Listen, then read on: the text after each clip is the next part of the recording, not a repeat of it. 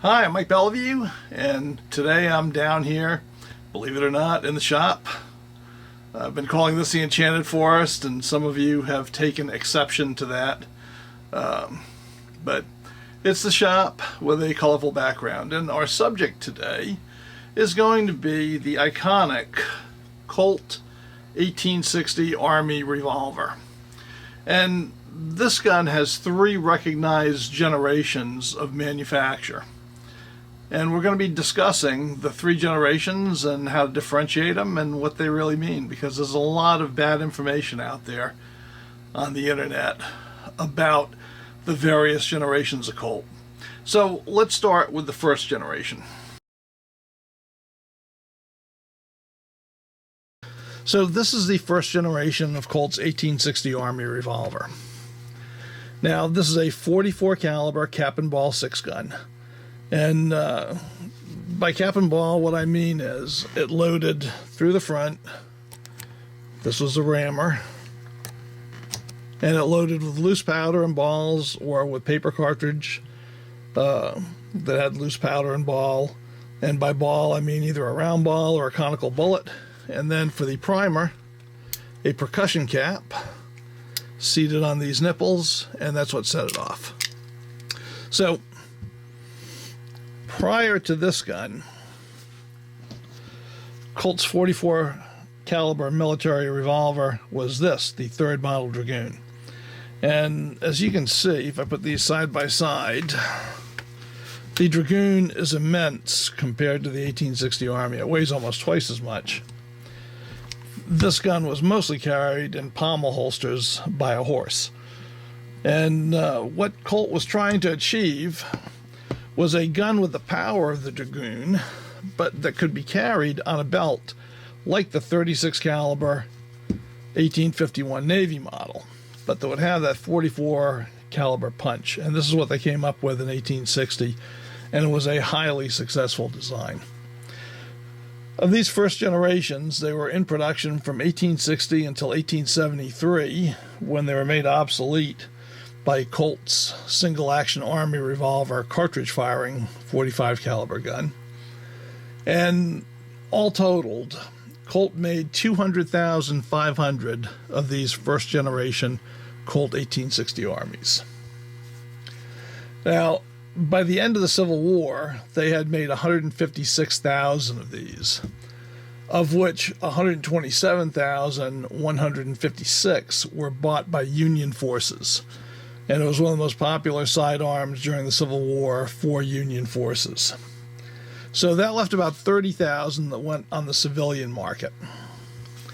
Now, the military guns are often described as having a fourth screw here, which was used for shoulder stock. And the guns that only have 3 screws are called civilian models. But in point of fact, after about serial number 50,000, they dropped that 4th screw. Now you'll see it on every reproduction, I think. But even military Colts did not have the 4th screw for the second half of the war. Now, this gun could be a military or a civilian Colt. It's probably a civilian Colt. There are no military markings I can find anywhere on it. And ordinarily there would be inspectors' markings, that sort of thing, acceptance markings. So this was probably a civilian model. And that may well be why it's in such good condition for the condition it's in. I mean, it's been through the ringer. But internally, as I'll talk about, it's in surprisingly good condition. And the civilian models were generally made to a higher standard than the military models. So this is a first generation Colt. I've had it out to shoot it. This one was made in 1864. And as I said, it's obviously been used, but it's still in firing condition, and it shoots very well.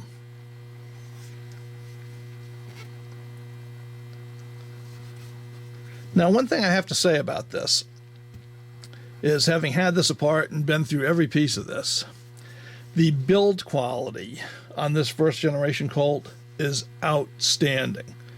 I mean, it can't be beat. The Italian reproductions that we have today are not anywhere close to the build quality of this gun. I mean, just the screws on this gun are 10 times better made than the screws on any Italian gun I've ever seen. So these guns were built to the highest standards of craftsmanship. And, you know, we like to think that all 19th century stuff is better than 20th or 21st century stuff. That's not true. I've seen a lot of real crap guns from the 19th century. But when you get these top manufacturers like Colt or Smith & Wesson or Merwin-Hulbert or Remington, you typically get as high a standard of gun making as you can find anywhere. And this 1860 exhibits that. The internal machining is perfectly done. It's crisp. There's no chatter marks. There are no machine marks that are not where they belong. It's excellently finished. All of the action parts are in great shape, even after almost 160 years of use. The gun locks up tight, cycles, fires every time. So, these guns, made by Colt in Colt's factory in Hartford, this is the first generation. It's 100% made by Colt, as you would expect. So, let's take a look at the second generation. Well, this is a second generation Colt 1860 Army. And I think more misinformation is out there on the internet about this than almost any other gun made. And you'll find some of these, keyboard commandos who will tell you that a second generation Colt 1860 Army is nothing but a jumped up Uberti that's overpriced. And nothing could be farther from the truth. So let me tell you the story of the second generation Colt 1860 Army. All second generation Colts are part of the authentic Colt black powder series. And the story behind these guns is kind of complicated. And like with anything complicated, it's easy for it to be misunderstood or misconstrued.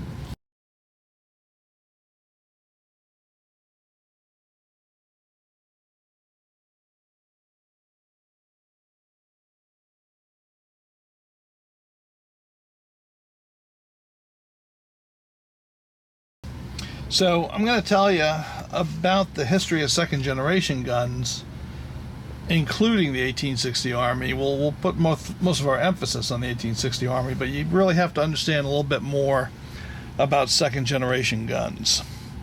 So Colt black powder cap and ball guns had been out of production since 1873. Now, to be honest with you, there had been a few made after 1873. In fact, there's at least one Army contract for a few remaining guns in the 1870s, if you can believe that. But by and large, everything was wrapped up by 1873 because cartridge guns, self-contained cartridge guns, were just replacing cap and ball revolvers. They were obsolete. And during World War II, Colt stopped making its single-action Army Revolver, the cartridge gun, the iconic cowboy gun of the Old West. But with all the Western movies and Western TV shows in the early 50s, Colt revised the single-action Army, the 1873, and they put out the second generation of that gun. And a lot of shooters consider that to be the best Colt single-action Army ever made. So this is my second-generation Colt 1873 single-action Army Revolver. And, I believe that the second generations are the finest shooting Colt single-actions made. And they went through a gradual evolution of improvement during the first generation, and that all got locked in with the second generation. So the sights are actually much better on this than on earlier guns. The gun is extremely well made. It's very well finished. The action is just beautiful.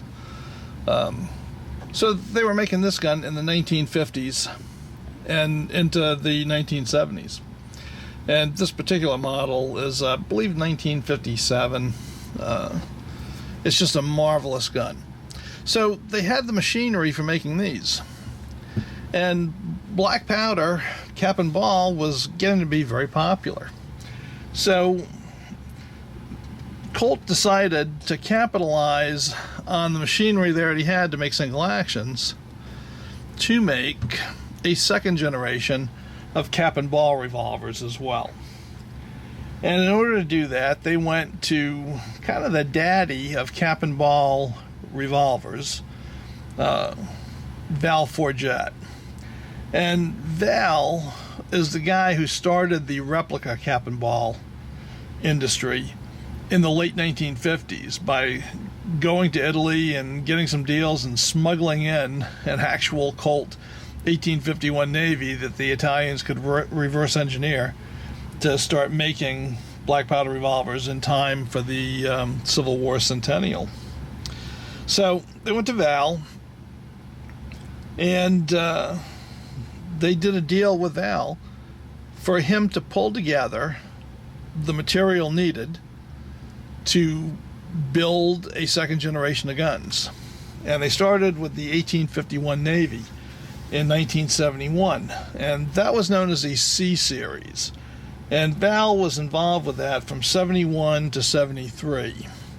And basically what they did with the C Series is they bought some rough castings in Italy from Uberti. They bought barrels, cylinders, and backstraps. Everything else was made by Colt in the Colt factory. And the rough castings were machined by Colt. They were finished by Colt. Everything was final inspected, fitted, polished, blued, color case hardened, all by Colt. And these were beautiful guns. And they did the 1851 Navy, and they did a third model Dragoon. Now, in 1973, Colt dropped Val Forget, and they went with Lou Imperato. And you might know the Imperato family owns the Henry Repeating Arms Company these days. So it's a well-known gun-making family. But they went to Lou, and he was one of the largest distributors of Colt guns at the time. So they used him as the subcontractor to pull everything together. And he continued with the C Series until 1976, doing it exactly the same way that Val Forget did. And that brings us up to our story of the 1860 Army second generation. So the C Series wrapped up in 1976. I'm getting my 18s and my 19s mixed up. It had been quite a success, and Colt wanted to keep going. But they wanted to get out of some of the manufacturing business. I mean, they were starting to do more military work then, and they decided to send all of the manufacturing to Lou Imperato, who owned Ivor Johnson. So in 1977, they debuted the F-Series guns, of which this 1860 Army Colt was the first. And they're often called black box Colts because they come in a black box. So these F-Series, they're also authentic Colt black powder. They came in these cardboard boxes. And they came with all of the usual accoutrements of a Colt firearm at the time. And here's what they look like.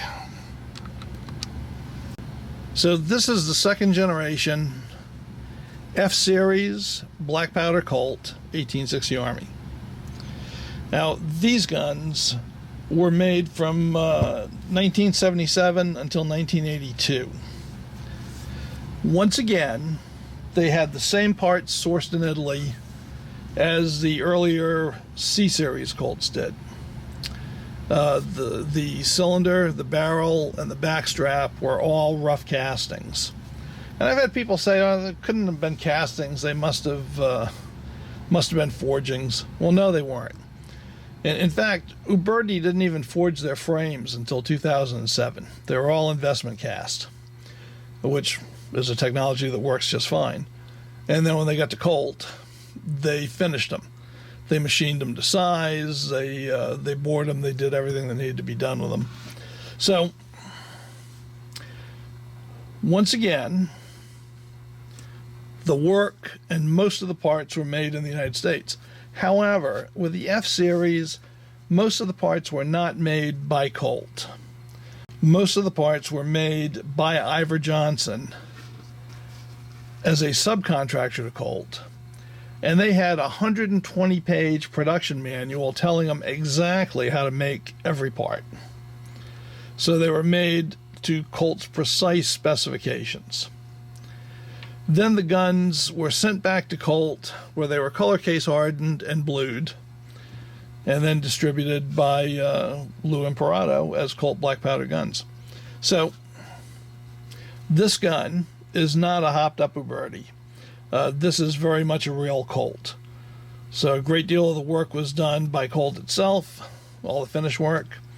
They were done to Colt's detailed specifications. They were inspected by Colt. And in every respect, a second generation gun is a real Colt. And that brings us to the third generation of the Colt 1860 Army. And this is probably the most controversial of the three generations involved. So let's take a look at it. Well, the third generation is called the Colt Signature Series. And as you can see, it comes in a very nice box. So I always feel the nicer the box, the more suspicious I am of what's inside it. So these guns were made from 1993 until 2002. And these guns, while they carry the Colt official name, let me get that out. This is form-fitted in here. These guns really had no Colt manufacturing or quality control involvement. So all the quality control was provided by Lou Imparato and his Iver Johnson company, and they did a good job. But these guns were actually built in Italy by Uberti. Now they've got a higher level of finish than you're going to find on the typical Uberti gun from that era. This is the full fluted cylinder model, which really should not have the fourth screw, but Uberti put the fourth screw on all of their guns. These guns are nice. I mean, they're well made.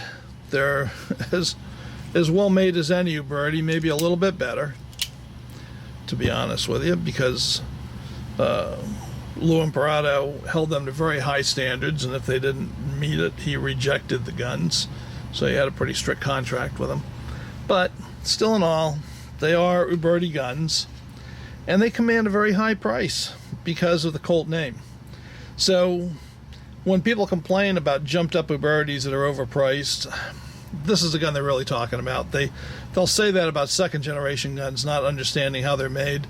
But these third generation guns are all Italian, except they have a higher level of quality control on this end when they come in.